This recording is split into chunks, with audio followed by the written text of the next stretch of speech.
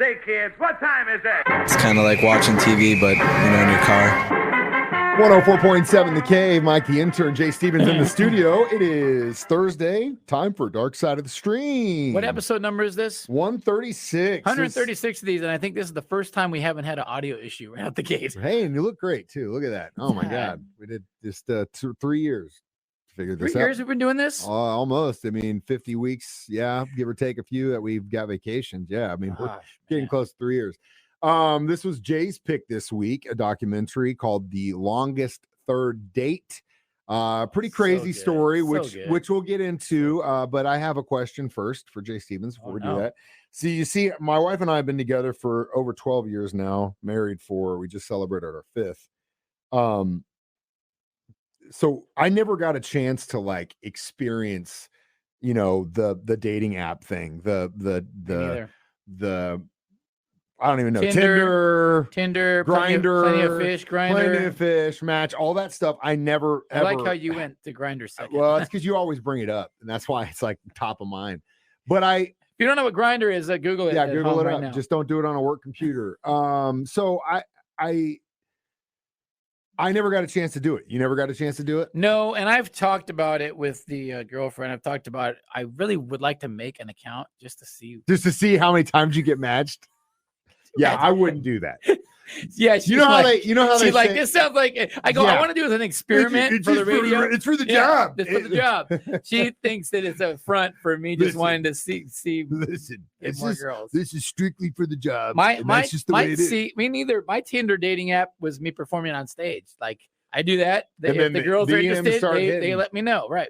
But it would be cool to try this app experience. It sounds like it cuts out a lot of the middleman. I like you. You like me. Cool. You're into this. You're into cars and guns. Yeah. It shortens it up. It definitely cuts to the chase in some cases.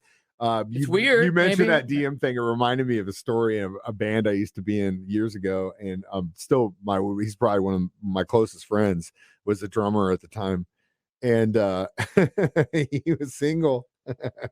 And I was extremely drunk, and I just started in between songs saying, "Hey ladies, if you're looking for a good time tonight," I just kept putting his phone number out there, dude. Got so many texts, but it wasn't just girls, it was guys sending unsolicited pics and all kinds of things. Good. That's good. Bondo, I'm sorry about that still, man. I know that was a long time ago, but I still feel bad about that one. Anyway, same here. I never got a chance, but this couple, they did it. Seemed like the first 2 dates went really well. Yeah. And then on a whim, the guy said, "Hey, you want to go to Costa Rica? Flights are $200 round trip." Who would have said no? Why were the flights so cheap? Because COVID was starting to happen, and they decided to take a chance. And we'll talk about what happens next. Dark Side of the Stream on 104.7 The Cave. 104.7 The Cave. Mike, the intern, Jay Stevens back in the studio. Dark Side of the Stream, episode 136, The Longest Third Date. So as I mentioned, this couple got together. They went on 2 good dates. He was kind of a free spirit. She was down to do whatever, but she wasn't as open and free thinking, a little bit more sheltered. Yeah. But she was willing to give it a shot. And so she agrees to go on this little weekend stay with this guy. To Costa Rica. For a third date. That's very romantic and very sweet. Her friends, most of her friends and family are like, "What the hell are you thinking? Yeah, this guy's gonna murder I you." would have said the same thing. Yeah, I would have, if Jay came in here and said, "Bro, I met this chick, man. Sometimes you do crazy. We're gonna go to Costa Rica this weekend." It's a good story to tell, though. I would have said, "Dude, it's a good story to tell." I've done some crazy stuff. We all have, but I would have probably said, "Hey, man, get some reference checks and see if you can find any of those red flags before you head off to another country with." And so they did it because COVID was coming. So flights were pretty cheap. People weren't really traveling. Nobody knew what was going on. And I did the same thing. I flew right before COVID. Yeah, you almost got stuck in Seattle. I went to Hawaii. I went to Hawaii. Yeah, I passed through Seattle, went to Hawaii. Literally, the world was falling apart while I was in Hawaii. I had to cut my trip short and come back because getting stuck in Hawaii sounds awesome, but I would have gone broke. And you would have after a week. This guy got stuck in Costa Rica, but it seemed like he had money because he was cool, man. The one from my understanding is the resorts would put you up for a certain period of time, right? Because if you're locked down and if you, because we looked at going on a trip post COVID when everything started open, but they were still testing. And my fear was that if you test or you popped, can't come back. You couldn't come back for a week, and then that would have been like someone watching my kid for 2 weeks straight. I was like, I can't do that. It's too long. But then come to find out, I have some friends that are in Mexico that literally told me like after the fact, like, hey man, if you wanted to get out of the country, we could have got you that pass, no problem. Oh, so it wouldn't have mattered. And I think that it's just all who you know. It's all BS anyway. But like the guy, to his point, he documented everything on this trip. Yeah. In is so far as to say, like, when they got to the airport, that's kind of when he started rolling on everything. And they got on the plane and it was empty. There was like 5 people on that flight. But he filmed. The cool thing is that he kind of always filmed his life anyway, like video blogs, and that's just what he did. So he did it on this date thing, and then got to document this all in real time. It's pretty amazing. It is pretty amazing. Like, you questioned the validity. Yeah, of it, right? I will say the first thing I told Jay after I watched it last week was like, I go, man, it's good, but it's slick, too perfect that they were rolling tape this whole time. It's like a romantic, even my kid watched it with me because it was like a romantic comedy. Like, it's like a movie. It is. It definitely could have been. And I'm sure Hollywood's probably like, we have no ideas. This is a great idea. Let's make that. I'm guaranteed. I don't know. I believe it. I feel like it's real. It's just a little too perfect. It's like that guy who won the lottery, and they take him back up to the gas station and they're like, hey, we're going to film some B-roll of you just buying a ticket. And he buys a ticket and he wins another jackpot. It's just like, man, that's just, I don't know. I'm too perfect. I'm believing it. Too perfect. I'm a hopeless romantic, ladies. I am too, but it's not about the love story. It's about how this guy's, I don't know. Anyway, we'll talk more next. Dark Side of the Stream on 104.7 The Cave. 104.7 The Cave and Mike the Intern. Hey, Jay Stevens. And this guy. The cave is in here behind me somewhere. It's Thursday. The week's been long. It's Dark Side of the Stream. We're discussing the longest third date ever, and on Netflix. Really cool documentary. Again, the couple basically went on a trip, got stuck in Costa Rica for several months, then they got stuck in Texas for several months. It was 6 months total they were away from their family. It was the longest third date ever. Yeah, I mean, and they basically had to live together and find go with barely. It's already uncomfortable going on vacation with somebody you barely know for a few days, then being stuck for months. And like, all you brought with you was enough stuff for a weekend. Clothes. Yeah, like if I go to Chicago for 2 or 3 days, like my bag is this big. Oh yeah, right. I carry a little. I'm not trying to like create a bunch of outfits. Like, it's bare minimum bones as I'm going through, and like it's just like one of those things that I try to not bring all this crap. Oh yeah, when I go to Hawaii, man, I take one bathing suit, one flip flops, and he's wearing it. Shirts, that's it, and I'm wearing it on the plane. He's wearing it there and back. But so yeah, that was a thought that I had about the situation.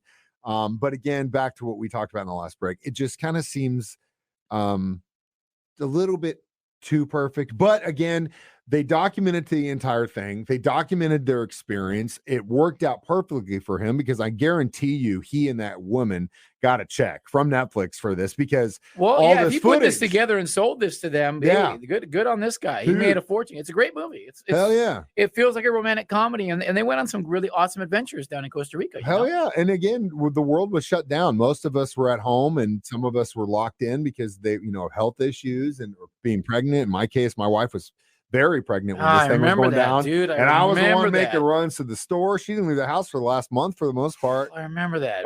So and like that whole thing, in my mind, everyone's experience is different. But if I didn't have any kids and I was just seeing some chick and we ended up being stuck in Costa Rica, I'd have been like, fine, dude, it's fine. As long as you can financially float it. Yeah, if you can make it work, I would have tried. I guess I would. He was getting some good deals on Airbnbs because nobody was renting. So I guess maybe he didn't have that much money, but it seemed like he was pretty well to do. Or he could have just taken the Jay Stevens route and put it on the car. Put it on the car. We'll deal with it later. We'll figure it out later. Let's go. This is future Jay's problem, not my problem. Let's go. I love it. Dark Side of the Stream. We'll get to our review next on 104.7 The Cave. Mike the Intern and Jay Stevens back in the studio. Dark Side of the Stream. After all these years, after all this time, we were doing so good with no audio issues, and then we screwed up the lyrics. Screw up something. I don't know if I'd edit that one out of Facebook. I'll definitely. I said it so quick that it's going to be edited in the audio. You didn't hear a damn thing. it's definitely not going to be on the air. Either way, we are discussing the longest third date. Basically, they go through this ordeal, but again, they were vacationing for 6 months while the rest of us were stuck inside our house. Not too big of a deal. Oh, one part. I got to chime in real quick. The one part, she didn't really tell her dad any of this. She's kind of lied to her dad about where she was going. Well, yeah, because again, if my daughter was like, hey, I'm going to go with some dude I just met to Costa Rica, I said, bro, I will literally kill him so you don't go. So make a choice. So then, and he seemed like he was kind of a strict Asian father, which is a classic. So then when she was talking about she's going to call her dad and tell him, but she still kind of omitted some truth. Hendrix and I were watching together, and Hendrix looks at me, she goes, Dad, that's so sad that she feels like she can't talk to her dad about something. And I was like, oh, I got all the goosebump feels, man. That means you're doing good though. Because that's right. That's I the said thing. Some dads aren't as close with their daughters as you and I are. Yeah, and that's the thing about raising your kids. Like your kids are going to do whatever the hell they want to, man. Yeah. You can be the most upstanding citizen, cool Keep guy, an open church line every of conversation, Sunday, whatever it is, non-judgmental line of conversation. Yeah, you have to be open with your kids because they're gonna experience life just like you did, and you want to have that dialogue open all the time because they want to be able to use you for advice when those things come up, as opposed to I can't tell my parents or they're gonna kill me. And then it leads to problems. And then that's just gonna be on their own anyway. So you might as well get them to talk to you because that is the best. That was a special moment. Best policy. Me. It's really good. But yeah, it ended up being good because they're still together. Yeah. Spoiler alert. Sorry. We shouldn't have spoiled it. But anyway, watch it. It's a really good, feel good. It's short. It's an easy watch. It's not this long drawn out thing. No death. Which also makes me think it was real because it wasn't so long and drawn out with nonsense.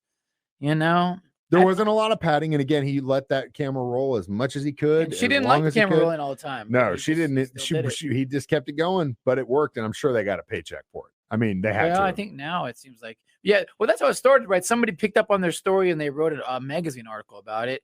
That he started getting interviewed, which is true. If it was fake, he wouldn't have all those interviews with TV stations while it was going on. So I don't know. I guess it's real. It's well done, very well done. If it was real, then he is the luckiest guy in the world. If it was kind of aided fake, which is what I believe, then he did a really good job, and he should definitely be in this business because he fooled Jay, and I'm sure he fooled a lot of people. But either way, check it out. It's a great documentary, nice little feel good documentary. Yeah, good change of pace for all this serial killer. Well, and speaking of which, screw that. We're gonna do the Manhunt Boston bombings for the next week's episode. It's on Netflix as well because they just celebrated the anniversary of that for the Boston Marathon. So we'll do that one. It's 3 episodes on Netflix. It's gonna be tough.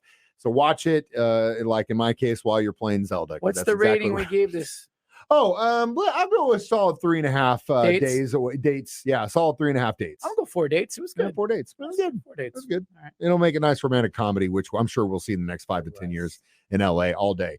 Again, watch these live on Facebook or YouTube every Thursday at 9 a.m. or on my show 9 or Jay's at 6, or you can download them as a podcast on our 104.7 The Cave app. I am Mike the Intern. This is Jay Stevens reminding you we watch documentaries movies, so you don't have to. It's last Friday.